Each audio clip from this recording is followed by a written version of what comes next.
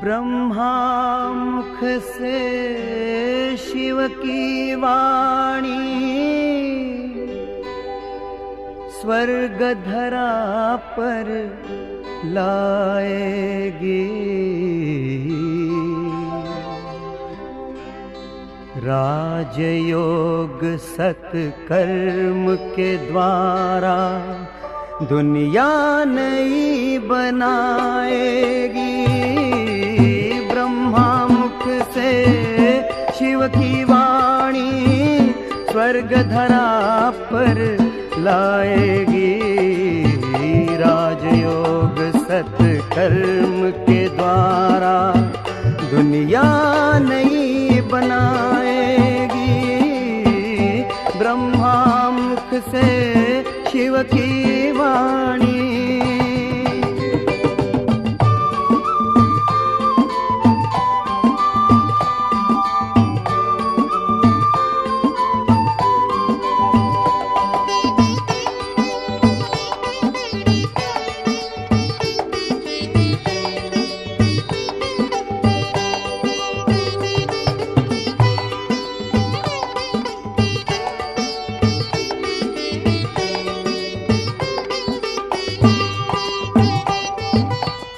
ना दुख ना अशांति होगी, घर घर में सुख शांति होगी।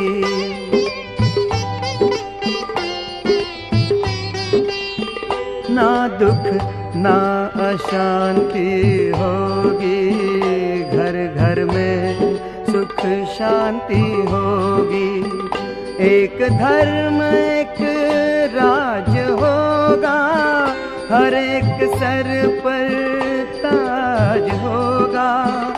एक धर्म एक राज होगा, हर एक सर पर ताज होगा। सूखी हुई डाली पर फिर से हरियाली छा जाएगी। राजयोग सत्कर्म के द्वारा दुनिया नई बनाएगी। ब्रह्मा मुख से शिव की वाणी।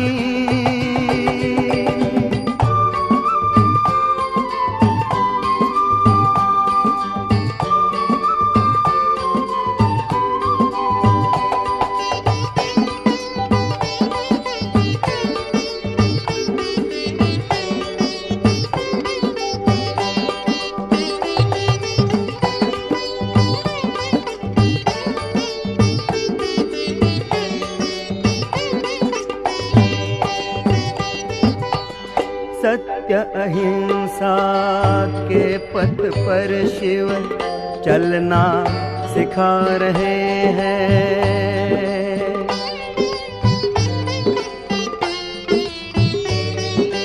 हो सत्य अहिंसा के पथ पर शिव चलना सिखा रहे हैं।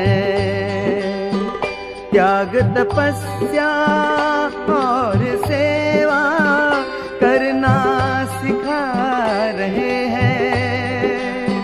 त्याग तपस्या और सेवा करना सिखा रहे हैं।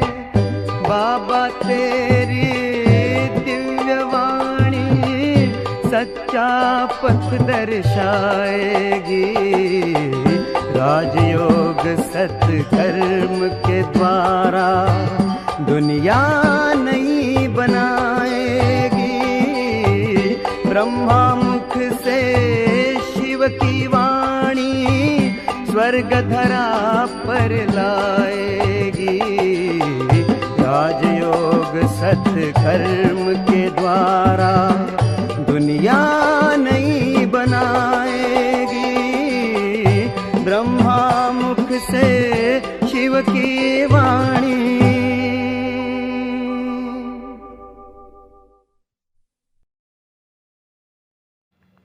ओम शांति। 15 फरवरी 2023। प्यारे बाप दादा के मधुर महावाक्य।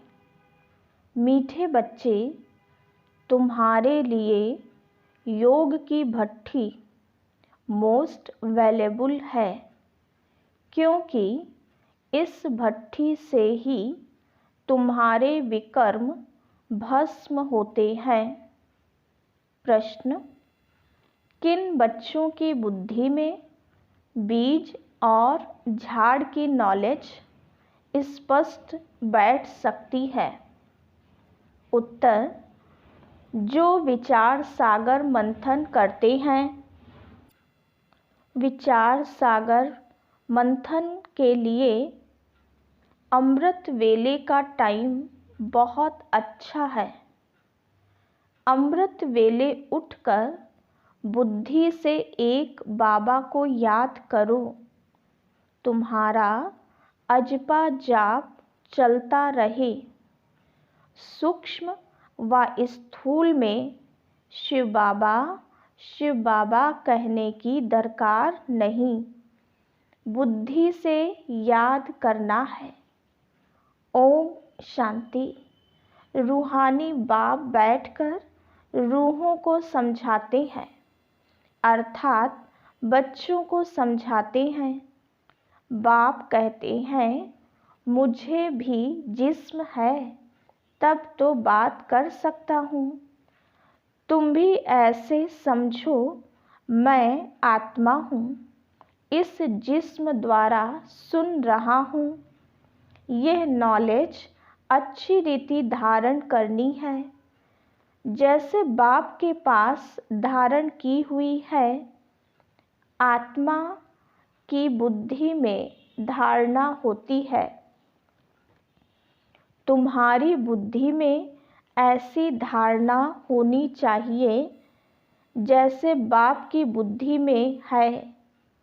बीज और झाड़ की समझानी तो बहुत सहज है।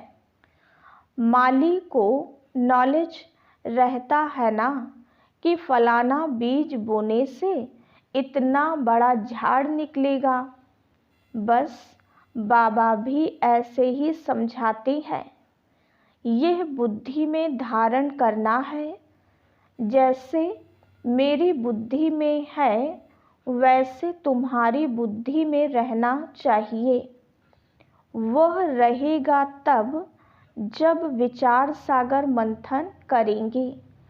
विचार सागर मंथन करने का समय सवेरे का बहुत अच्छा है।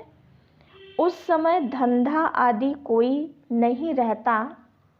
भक्ति भी मनुष्य सवेरे करते हैं, यहाँ वहाँ जाते रहते हैं, वह बैठकर कोई नाम जपते रहते हैं, वह गीत गाते हैं, आवाज करते, कोई तो अंदर ही राम राम रटते हैं।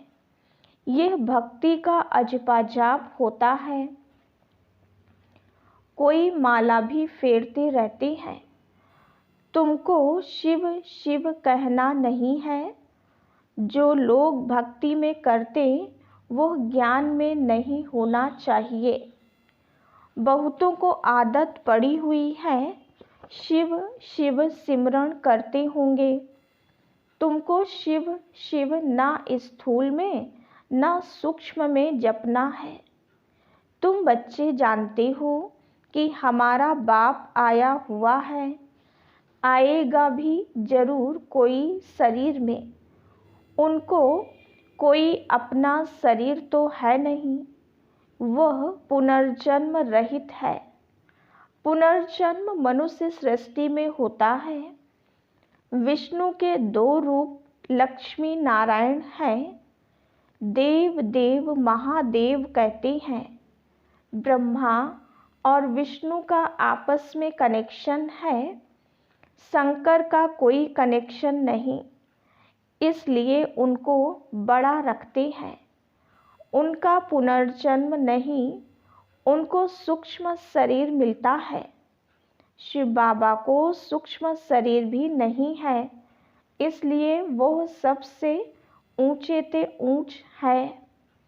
वो है बेहद का बाप।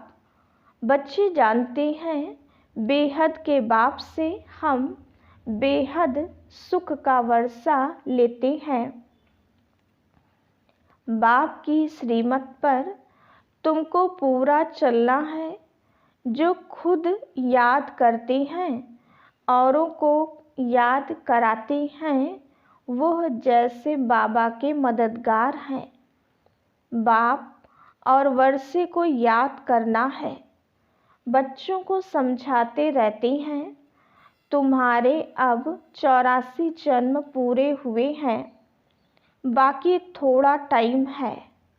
नाटक में एक्टर समझते हैं अभी बाकी आधा घंटा है, फिर हम घर जाएंगे। टाइम देखते रहते हैं। तुम्हारी तो बेहद की बहुत बड़ी घड़ी है। समझाया है कि अब घर चलना है।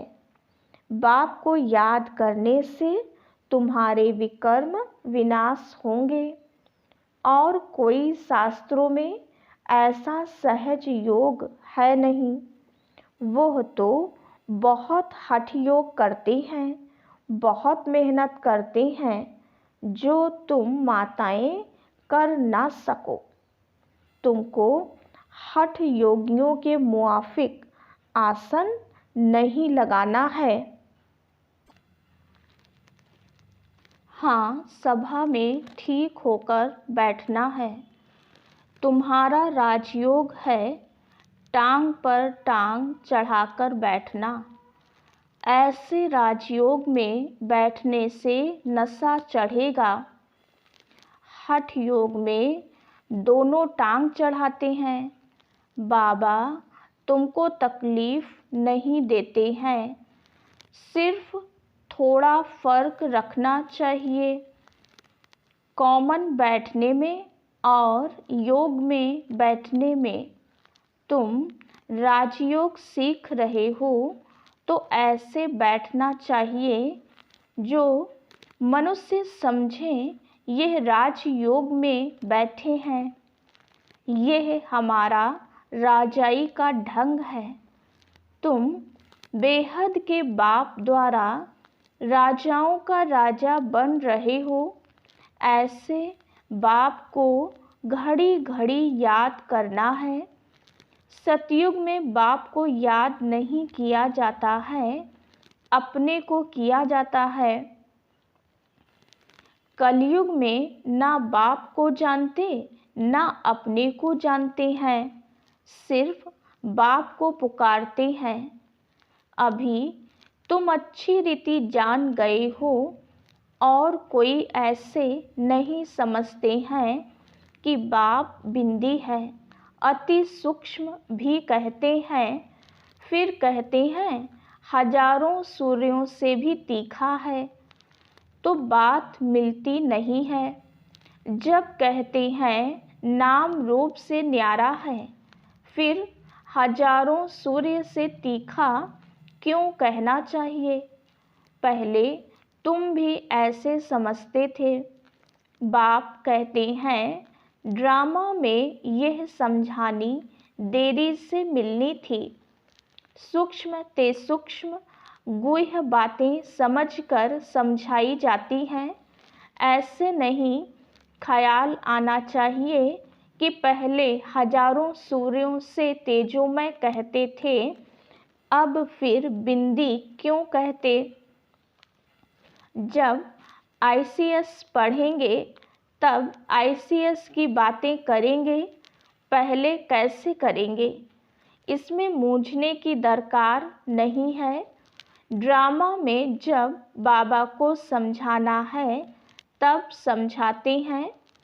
इनके बाद भी अर्जुन क्या क्या समझाएंगे, क्योंकि बाप का भी प्रभाव तो निकलना है ना।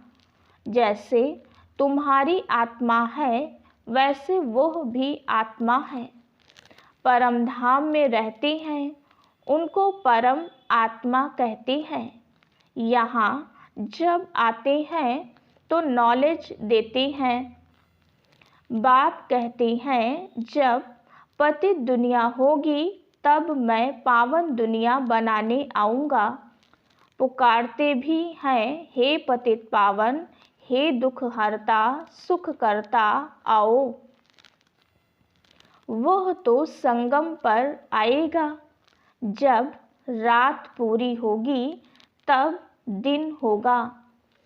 पुरानी दुनिया का अंत होगा।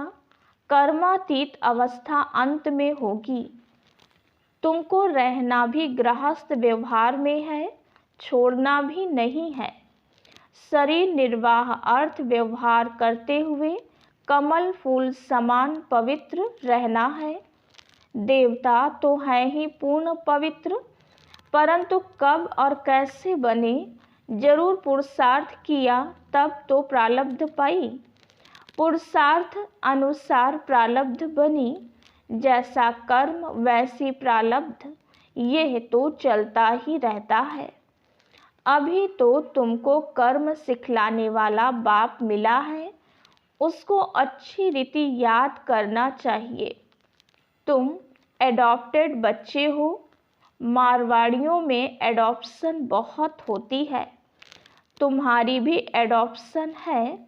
तुम इनके गर्भ से नहीं निकले हो। एडॉप्शन में दोनों बाप याद रहते हैं। अंत तक जानते हैं कि हम असुल किसका था। अब इनकी गोद के बच्चे बने हैं। तुम भी जानते हो हम किसके थे और किसके बने हैं। मैं एडॉप्ट हुआ हूँ परमपिता परमात्मा के पास। वो है स्वर्ग का रचयिता। उनकी रचना कितना समय चलती है? आधा कल्प। नर्क का रचयिता है रावण, उनका भी आधा कल्प राज्य चलता है। सतो प्रधान से तमो प्रधान बनते हैं, यह समझ की बात है। कुछ समझ में ना आए तो पूछना चाहिए। जब सूर्य चांद को ग्रहण लगता है तो कहते हैं, दे दान तो छूटे ग्रहण। सूर्य चांद को माँ बाप कहा जाता है। यहाँ भी मेल फीमेल दोनों को ग्रहण लगता है। तब कहते हैं 5 विकारों का दान दे दो। वह तो वर्ष में 1-2 बारी ग्रहण लगता है। यह तो कल्प की बात है। बाप आकर एक ही बार दान लेते हैं। मनुष्य बिल्कुल संपूर्ण काले बन गए हैं। आयरन एज है। सच्चे सोने में अलाएं पड़ने से काला हो जाता है। नया घर, पुराना घर, नए बच्चे और बूढ़े में फ़र्क तो है ना। छोटा बच्चा कितना मीठा प्रिय लगता है। सब उनको चूमते हैं, गोद में बिठाते हैं। पुराना जर्जरीभूत हो जाता है तो कहते हैं, कहाँ शरीर छूटे तो अच्छा। ज़्यादा दुख क्यों सहन करें। आत्मा एक शरीर छोड़ जाकर दूसरा लेती है। यहाँ हम बीमार को मरने नहीं देते हैं, फिर भी जितना सुने उतना अच्छा। शिव बाबा और वर्षे को याद करते रहें। बीमारी में जब ज़्यादा पीड़ा होती है तो सब भूल जाता है। बाकी जिसका किसमें भाव होता है वह सामने आ जाता है। तुम्हारा तो अंजाम है, मेरा तो एक शिव बाबा, दूसरा न कोई। फिर दूसरे किसको याद क्यों करते हो। बाप कहते हैं, मेरे बिगर किसकी स्मृति भी ना आए। गाया हुआ है अंतकाल जो स्त्री सिमरे। सारा श्लोक कह देते, अर्थ कुछ भी नहीं समझते। है सारी संगम की बात जो भक्ति में गाते हैं। इस समय सिर्फ तुमको बाप और वर्षे को याद करना है। श्री नारायण तुम्हारी प्रारब्ध है तो अर्थ पूरा बुद्धि में होना चाहिए। बिगर अर्थ तो बहुत याद करते रहते हैं। पिछाड़ी में जिसके साथ जास्ती प्रीत होती है वही याद आते हैं। बड़ा खबरदार रहना चाहिए। तुमको याद करना है एक बाप को। बाप कहते हैं मन मना भव। तुम बच्चे कहते हो बाबा हम कल्प कल्प आपसे मिलते हैं, यह ज्ञान आपसे मधुबन में आकर लेते हैं। यह है वशीकरण मंत्र। सतगुरु है तो तुम्हें मंत्र भी ऐसा देता है जो तुम अमर बन जाओ। यह है माया पर जीत पाने का मंत्र। इस पर गाते हैं तुलसीदास चंदन घिसे। यह भी अब की बात है जो बाद में गाई जाती है। तुम बच्चों को राज तिलक मिल रहा है बाप और वर्षे को याद करने से। बाप और बादशाही को याद कर शरीर छोड़ेंगे तो राजाई तिलक मिल जाएगा। एक को तो नहीं मिलेगा। माला 108 की भी है, 16,108 की भी है। अब तो सिर्फ तुमको एक्यूरेट बाबा को याद करना है। बाबा के लिए कहते हैं तुम्हारी गत मत तुम ही जानो, सो बरोबर है। सदगति दाता वो है वही जाने। आगे तो सिर्फ गाते थे अर्थ रहित, उसको कहा जाता है अनर्थ। प्राप्ति कुछ भी नहीं। मनुष्य दान पुण्य आदि करते करते उतरते ही आए हैं। प्राप्ति कुछ भी नहीं है। आसुरी मत पर सब अनर्थ हो गया है। यह भी नारायण की पूजा करते थे, अब फिर पुजारी से पूज्य बन रहे हैं प्रैक्टिकल में। अब तुम बच्चे जानते हो शिव बाबा हमको पढ़ाते हैं, यह तो पक्का याद रखना है, नहीं तो विकर्म विनाश नहीं होंगे। यह योग की भट्ठी मोस्ट वैल्यूबल है। मुक्ति भी मिलती है ना। कोई कहते हैं हमको मन की शांति चाहिए, परंतु पहले यह बताओ तुमको अशांत किसने किया? जरूर पहले शांति थी, अभी अशांत बने हो तब तो शांति मांगते हो। शांति तो सारी दुनिया में चाहिए। एक को शांति मिलने से कुछ हो ना सके। एक को शांति मिलने से सारी दुनिया में थोड़े ही शांति हो सकेगी। अशांत किसने किया है? मूंझ पड़े हैं। समझाया जाता है शांति धाम, सुख धाम और यह है दुख धाम। सुख धाम में मनुष्य बहुत थोड़े थे। उस समय बाकी सब आत्माएं शांति धाम में थी। तुमको शांति वहाँ मिलेगी, यहाँ तो मिल ना सके। यहाँ तो है ही दुख धाम। दुख में अशांति होती है। यह तो बहुत सहज है किसको भी समझाना। सुख शांति का वर्षा देने वाला एक ही बाप है। सतयुग में सुख शांति दोनों ही हैं। यहाँ आत्मा चाहती है कि मेरा मन शांत हो, तो जाओ तुम अपने घर परम धाम। परंतु पतित फिर जा भी ना सकें, इसलिए बाप समझाते हैं मुझे याद करो तो अंतमति सो गति हो जाएगी। बाप और वर्षी को याद करो, परंतु माया ऐसी है जो पवित्र बनने नहीं देती है। अबलाओं पर देखो कितने अत्याचार होते हैं, विष बिगड़ रह ना सकें। बाबा के पास अनेक प्रकार के समाचार आते हैं। सबसे बड़ी हिंसा काम महाशत्रु की है। बाप कहते हैं बच्चे विष छोड़ो, काला मुंह नहीं करो, तो कहते हैं कोशिश करेंगे।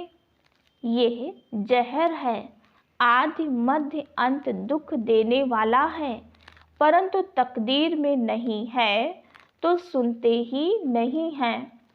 आत्माओं को बाप बैठ समझाते हैं, आज से विकार में नहीं जाना, तो मुंह नीचे कर देते हैं। अरे काम महाशत्रु है, यह अच्छा थोड़े ही है, यह है ही विशेष वर्ड, सब पतित हैं। सतयुग में सभी संपूर्ण निर्विकारी हैं। अच्छा, माता पिता बाप दादा के कल्प अथवा 5000 वर्ष के बाद मिले हुए मीठे मीठे सिकीलधे बच्चों को याद प्यार और गुड मॉर्निंग। रूहानी बाप की रूहानी बच्चों को नमस्ते। हम रूहानी बच्चों की रूहानी बाप दादा को याद प्यार गुड मॉर्निंग और नमस्ते। धारणा के लिए मुख्य सार। पहली पॉइंट, टाइम बहुत थोड़ा है, इसलिए बाप का पूरा पूरा मददगार बनकर रहना है। बाप और वर्षे को याद करना है और दूसरों को भी कराना है। दूसरी पॉइंट, अंत समय में एक बाप की याद रहे, इसके लिए दिल की प्रीत एक बाप से रखनी है। बाप बिगर और कोई की स्मृति ना आए, इसके लिए खबरदार रहना है। वरदान, सोचना, कहना और करना, इन तीनों को समान बनाने वाले बाप समान संपन्न भव। बाप दादा अब सभी बच्चों को समान और संपन्न देखना चाहते हैं। संपन्न बनने के लिए सोचना, कहना और करना तीनों समान हो, इसके लिए सब तैयारी भी करते हो। संकल्प भी है, इच्छा भी यही है, लेकिन यह इच्छा पूरी तब होगी जब और सब इच्छाओं से इच्छा मात्रम अविद्या बनेंगे। छोटी छोटी अनेक प्रकार की इच्छाएं ही इस एक इच्छा को पूर्ण करने नहीं देती हैं। स्लोगन, अव्यक्त व कर्मातीत स्थिति का अनुभव करना है तो कथनी, करनी और रहनी को समान बनाओ। अच्छा, ओम शांति।